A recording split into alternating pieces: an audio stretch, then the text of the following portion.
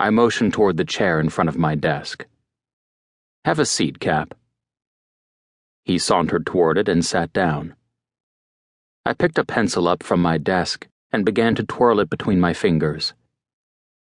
"Are you still single?" He threw his arms over the sides of the chair and rocked it onto the rear legs. "You know I am. Probably always will be. At least as long as I'm doing this anyway. Why?" I gazed at the rotating pencil and considered my response. Before I had an opportunity to speak, he continued. "You don't really think I'd compromise our security by being in a relationship, do you?" And just like that, he answered my question without me taking the risk associated with asking it. His belief was not much different than mine used to be, having my focus shift from work to a woman, depending on my clients and current list of subcontractors, could compromise security. I glanced up. I doubted it. I was just asking. He wrinkled his brow, lowered the chair down onto all four legs, and cocked his head slightly. "You called me over here to ask me if I was single?" I stopped twirling the pencil.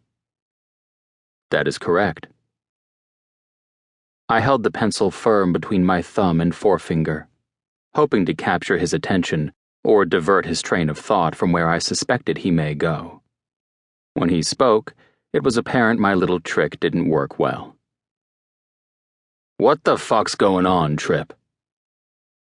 I shook my head and tossed the pencil onto my desk. "Nothing. Just making conversation." "Oh, really? Is that how we're doing it now? Just sitting around the office shooting the shit?" He kicked the heels of his boots onto the edge of my desk, slumped in the chair, and folded his massive arms in front of his chest. He was trying to piss me off. I had no intention of falling prey to his trap. I shrugged and reached for the pencil. He leaned forward slightly. "The girl you had coffee with that night a few weeks ago. The one you told me kicked her ex in the nuts, but then you never said another fucking word about her. It's her, ain't it?" I had completely forgotten mentioning her to Cap. At the time, I doubted anything would develop between us. He shook his head. "Never thought I'd see the day." I stood from my seat and began to twirl the pencil. He stood, pointed at my hand, and nodded once. "Put the pencil down, Trip. You fuck with it when you're thinking. Stop thinking and answer me." I stopped. "I'm not in a relationship." He cocked his right eyebrow slightly. "You fucking her?" I shook my head and began to twirl the pencil again. A few seconds later, I tossed it onto my desk. "No." "Have you fucked her?" "No." "You wanna fuck her?" "Nobody's going to fuck anybody. Let's drop it." He laughed. "You didn't answer the question." "I'm done talking about it," I said flatly.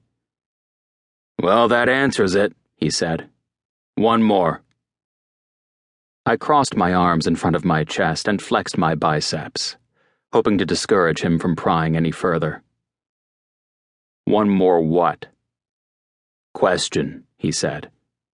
I sighed and tossed my hands in the air. "You seen her since that night?" I studied Cap for a moment before answering. Dressed in a black pair of military-style trousers and an olive green t-shirt and combat boots, he resembled a mercenary.